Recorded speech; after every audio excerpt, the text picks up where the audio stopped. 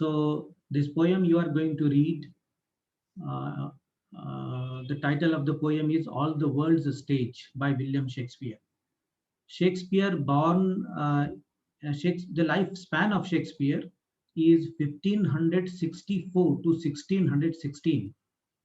So from this we understand that he belongs to 17th century.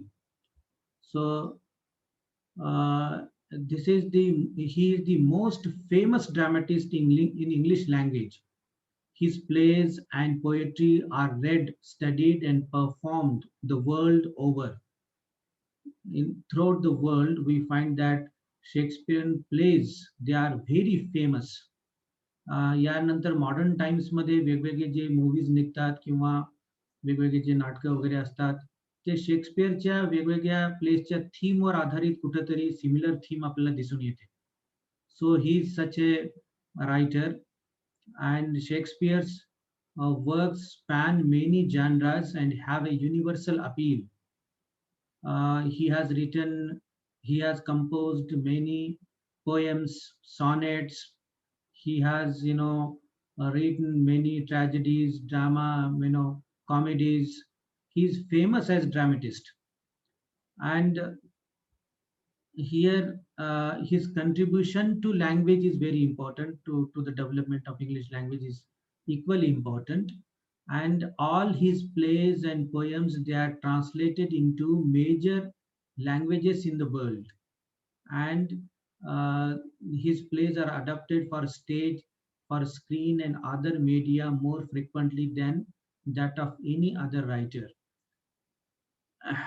Some of his most famous plays are Hamlet, King Lear, Macbeth, A Midsummer's Night Dream, The Merchant of Venice, and The Tempest.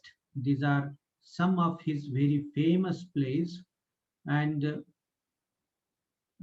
this extract for our study is a monologue. It is monologue. Monologue म्हणजे एकच व्यक्ती बोलत आहे आणि बाकीचे ऐकतात. Monologue dialogue नाही. Dialogue म्हणजे संभाषण असतं दोन्ही बाजूने बोलणारा कधी ऐकतो कधी ऐकणारा बोलतो त्याला आपण डायलॉग म्हणतो. But this is monologue. It means that only one person is speaking and it is an extract from Act 2, Scene 7 of the play As You Like It. It is taken from As You Like It, this play. This is comedy. The speech spoken by the character Jax compares the world to a stage and all men and women to actors.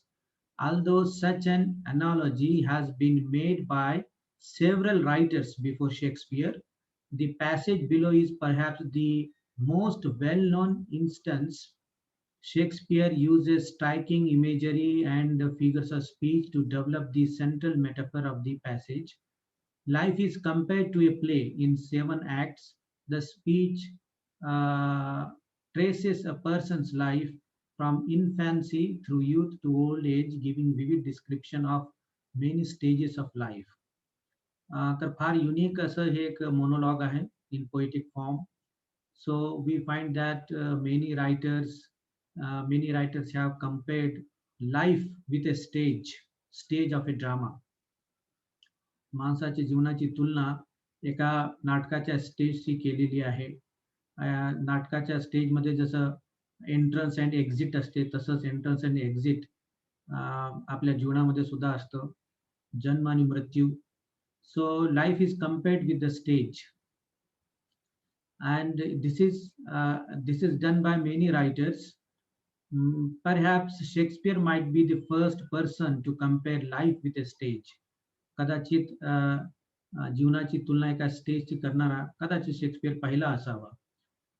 So here we will read line by line this monologue, this extract, and then we'll understand the meaning of the lines.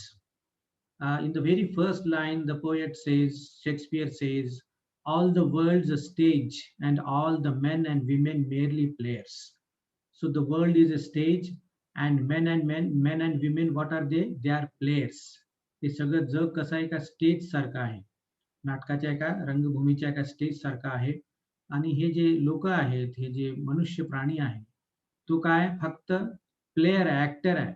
एक एक त्याला भूमिका दिलेली असते, जन्मतो तो आणि ते भूमिका वठवतो आणि काही कालावधीनंतर तो या जगातून निघून जातो. Exit exit and entrance. Exit and entrance. थिएटरमध्ये तुम्ही चित्रपट पाहायला गेला असेल, तर ते तुम्हाला दिसेल, की जेव्हा तुम्ही एंट्री करता, ते एंट्रन्स असं लिहिलेलं असतं डोरवर आणि चित्रपट जेव्हा संपवतो तेव्हा एक्झिट लिहिलं असतं. म्हणजे तुम्ही इथून बाहेर जाऊ शकता. So like that, the birth of human being is entrance on this stage of life, and death is the exit on the stage of life. And one man in his time plays many parts, many parts. So a single human being plays many parts in his lifetime. त्याच्या जीवनामध्ये प्रत्येक व्यक्ती वेगवेगळी भूमिका वठवतो. How he acts being 7 ages. His different stages in life, they are compared with 7 ages. At first, the first stage is in infant. तो अगदी लहान बालक, लहान जन्मल्यानंतर अं, अं, त्या जन्मल्यापासून ते 7, 8, 10, 2-4 वर्षापर्यंत जे काही स्टेज असते, that is infant. And the poet says he acts being 7 ages, and first the infant mewling and pucking in the nurse's arms. पहिली स्टेज काय? What is the first stage of an infant. इन्फॅन्टचा आवाज कसा येतो? लहान मुलाचा आवाज आवाज रडण्याचा तुम्ही ऐकलं असेल, तुम्हाला माहित असेल, आणि थोडं कल्पना करून पहा, तुम्हाला ऐकू पण येईल. आणि packing in the nurses arm. Nurse कोण असते? त्याची आई असते, काळजी घेते आई. आणि आईच्या कुशीत ते बालक नेहमी स्वतःला सेफ समजतं आणि नेहमी आईच्या कुशीत बसलेलं असतं. So that stage is stage of infancy, and in that stage man is infant. Then the winning schoolboy with his satchel and shining morning face, creeping like snail, unwilling to go to school. त्यानंतर next stage is of school boy. दुसरी stage कशाची आहे? School बॉयची.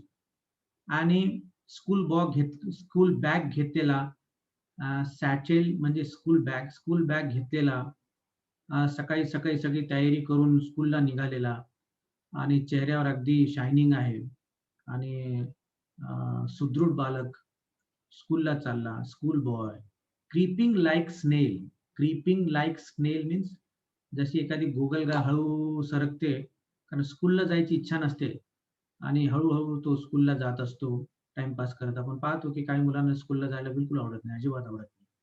And going to school, creeping like snail, unwilling to go to school.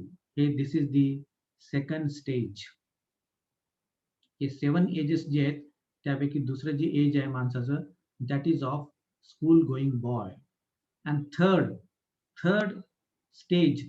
age. What is the third age? Third age is of lover. हे तुम्हाला stage आवडेल आता, कारण त्या stage मधून तुम्ही चालला जाता. And then the lover shining like furnace. एखादी भट्टीमध्ये आपण पाहतो कसा प्रकाश असतो, तसा प्रकाश चेहऱ्यावर. With a full ballad made to his mistress's eyebrow. आणि अशा वयामध्ये मुलांना म्हणावं की किशोर वय असतं हे, या वयामध्ये प्रेमगीत गाणे किंवा प्रेम कविता लिहिणे खूप आवडतं. आणि त्या प्रेमगीत आणि प्रेम कवितेमध्ये जे काही सेंट्रल फिगर, मुख्य पात्र असतो प्रेमिका, मिस्ट्रेसेस आयब्रो. आणि आयब्रो हा शब्द इथं वापरलेला आहे, पण असं म्हणूया आपण की सौंदर्य, प्रेमिकेचं सौंदर्य, त्यावर आधारित कविता लिहिणारा ही जी स्टेज असते, दॅट इज ऑफ लवर. आणि या स्टेज मधून जसं पुढे माणूस सरकतो, या स्टेजमध्ये तुम्ही सांभाळून राहा. तुम्ही या स्टेजमध्ये जर सांभाळले नाही स्वतःला, तर पुढे जाऊ शकणार नाही. So be careful. Then a soldier. त्यानंतर मग next stage is of soldier full of strange oaths and bearded like pard. मग त्यानंतर असा एकदम तरुण जो सैनिक आहे, त्या काळामध्ये सैन्यामध्ये भरती होत असते तरुण लोक, म्हणून ही जी स्टेज आहे या स्टेजला सोल्जर ची स्टेज, चौथी स्टेज इथं शेक्सपियरने डिस्क्राईब केलेलं आहे. आपण सोल्जर म्हणूया किंवा मग आपल्या जीवनामध्ये आपण पाहतो की मोठे पराक्रम करण्यासाठी किंवा एखादं मोठं चॅलेंज एक्सेप्ट करण्यासाठी या वयामध्ये आपण तयार असतो. आणि of full of strange oaths, खूप काही वचने दिलेले असतो आपण. आपल्या सगळ्या वचनांची पूर्तता करायची असते. म्हणून खूप खूप कठीण परिश्रम पण करत असतो. अँड बियर्डेड लाइक पार्ड, आणि दाढी वगैरे छोटीशी आलेली असते. जसे एखादा लेपर्ड म्हणजे चिता, लेपर्ड सारखा आवाज येतो. लेपर्ड सारखा दिसायला लागतो. अशी जी काही स्टेज आहे म्हणजे एकदम शरीर पूर्ण डेव्हलप झालेलं भक्कम शरीर, आणि पराक्रमी पुरुष जो असतो, that is the stage of soldier. Jealous in honour, sudden and quick in quarrel, seeking bubble reputation. So these are very important line. Bubble reputation. आणि या वयामध्ये तो तरुण कसा असतो, अगदी तयार असतो फाईट फाईट करायला, संघर्ष करायला तयार असतो. अँड क्विक इन quarrel, आणि काही जे लोक असतात मग फार लवकर भांडण तंटे वगैरे जे वाद वगैरे असतात त्यामध्ये ताबडतोब उडी घेतात, ताबडतोब सुरुवात करतात. आणि याच जेलस इन ऑनर, आणि याच वयामध्ये दुसऱ्यांचा हेवा, पुढे जाणारे दुसरे जे लोक असतील तर त्यांचा हेवा मनामध्ये असतो. आणि कसं तरी मला यशस्वी व्हायचं आहे किंवा प्रसिद्ध व्हायचं आहे, काही करून प्रसिद्ध व्हायचं आहे, अशी एक भूमिका या वयामध्ये असते. तर म्हणून इथं शेक्सपियरनं फारच चांगली फ्रेज वापरलेली आहे, the bubble reputation. Bubble reputation, bubble म्हणजे पाण्यावरचा बुडबुडा, ज्याला बबल म्हणतो आपण. बबल जो असतो पाण्यावरचा बुडबुडा, त्याचं काय क्षणिक असं वय असतं. क्षणिक काही क्षणापर्यंत ते बबल आपल्याला दिसतं, मग तो ताबडतोब फुटतो आणि नाहीसा होतो. म्हणून bubble reputation, seeking bubble reputation, अशा रेप्युटेशनच्या मागे धावतात या वयामध्ये लोक, की जे बबल रेप्युटेशन आहे, जे काही क्षणिक, काही कालावधीसाठी असणारी आहे त्यानंतर. कारण माणसाचे जे काही स्टेज आहे ते परमनंट टिकणारं नाही. म्हातारपण जवळ-जवळ येत जातं आणि माणसाला असं वाटतं तरुण वयामध्ये, की आपण असे नेहमीच तरुण राहू, अशी शक्ती आपल्याकडे नेहमीच राहील. म्हणून या वयामध्ये आपली जी शक्ती आहे, त्या शक्तीचा उपयोग we should not waste it seeking the bubble reputation. असं काही क्षणासाठी रेप्युटेशनच्या मागे आपण धावू नये. काही खूप असे जबरदस्त तरुण असतात, चांगली हिंमत असते, शरीरयष्टी चांगली असते आणि ते चांगले व्यवस्थित काम करू शकतात. पण अशा काही कामामध्ये स्वतःला गुंतवून घेतात. मग त्यांचे नाव खूप गाजलं गाजलं जातं. पण ते क्षणिक कालावधीसाठी. मग नंतर पुन्हा एकदा ते वय संपतं, तो कालावधी संपतो. म्हणून या वयामध्ये आपली जी शक्ती आहे, ती शक्ती व्यवस्थित कामासाठी, चांगल्या कामासाठी जर आपण लावली, तर मात्र त्याचे चांगले रिझल्ट्स फ्युचरमध्ये आपल्याला दिसायला लागतात. जर या वयामध्ये तुम्ही रस्ता जर तुमचा सोडला, चुकला, तर मात्र तुम्ही परत कधीच येऊ शकत नाही. Therefore you should be careful.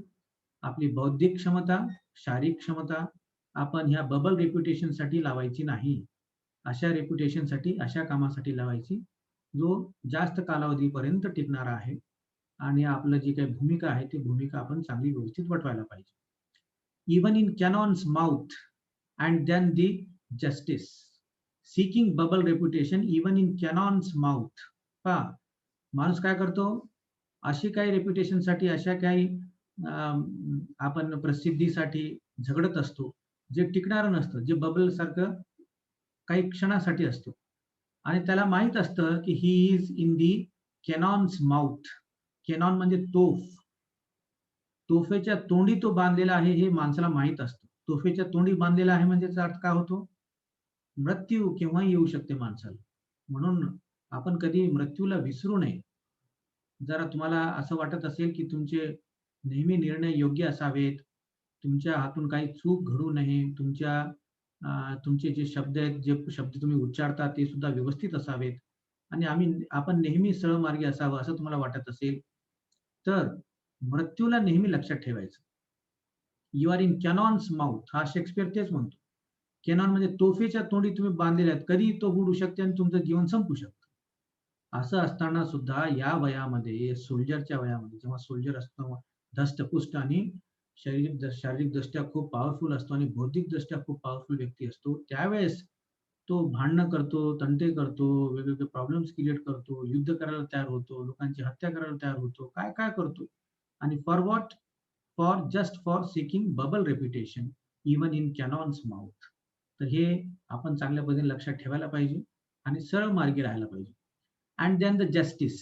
हे वय एकदा गेलं की मग नेक्स्ट स्टेज कोणती आहे? जस्टिस. जस्टिस म्हणजे न्यायी व्यक्ती. 45, 47, 42 वयाचा जो व्यक्ती असतो, तो हा व्यक्ती असतो. जस्टिस. जस्टिस म्हणजे न्याय देणारा. Justice in fair round belly with good Cape on lined. मग तो कसा असतो? की अगदी फेअर, व्यवस्थितपणे वागतो, दिसायला व्यवस्थित असतो. थोडीशी अशी त्याचं पोट वाढलेलं असतं, ढेरी आलेली असते. तरुण वयामध्ये मेटाबॉलिझम हा हा व्यवस्थित असतो शरीराचा. पण जसं-जसं वय वाढायला लागतं, ते मेटाबॉलिझम लूज होतो आणि जास्त शारीरिक कष्ट करायची आपल्याला सवय नसते. अशा वेळेस मग आपोआप छोटीशी ढेरी दिसायला लागते, belly. With good Cape on lined.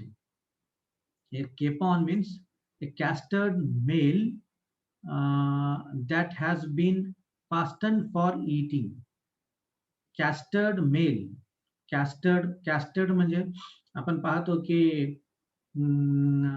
काही बैल जे असतात, जनावर वगैरे बैल, त्यांना फक्त शेतीच्या कामासाठी वापरायचं असतं. म्हणून कॅस्ट्रेशन केलं जातं. कॅस्ट्रेशन. हॉस्पिटलमध्ये नेलं जातं आणि कॅस्ट्रेशन केलं जातं. हे कॅस्ट्रेशन हा शब्द तुम्ही डिक्शनरीमध्ये पहा, म्हणजे तुम्हाला त्याचं मीनिंग आहे ते समजेल. अ, तर मग या वयामध्ये राउंड बेली आणि मग सगळे तोंडातले जे बोल आहेत, ते सुद्धा फारच वैचारिक, प्रभावशाली, अनुभवी हे सगळे बाबी या वयामध्ये आपल्याला दिसून येतात. With eyes severe and beard of formal cut.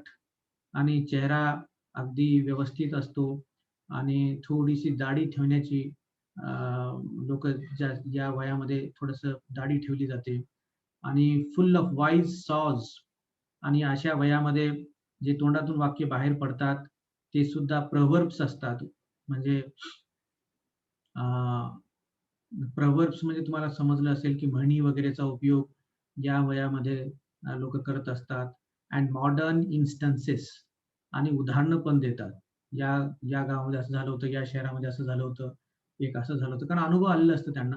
तर अनुभव सुद्धा ते सांगतात आणि त्याद्वारे आपल्याला काही गोष्टी समजून सांगायचा प्रयत्न करतात. मी ज्या वयामध्ये आहे, ते वय तुम्ही हे घेऊ शकता. And so he plays his part. The sixth age shifts into the lean and sleepered pantaloon. आणि आता सिक्स्थ एज कोणता आहे आता? की लीन म्हणजे अगदी असा वाळलेला, कमी वजन झालेला, लीन, कमकुवत. स्लीपर्ड पॅन्टलून. पॅन्टलून म्हणजे असा म्हातारा ज्याच्या मागं मुलं धावतात, त्याची त्याच्यासोबत काही मजाक वगैरे करतात, त्याला त्रास देतात, असं वय. पॅन्टलून म्हणजे अ फुलिश एल्डरली मॅन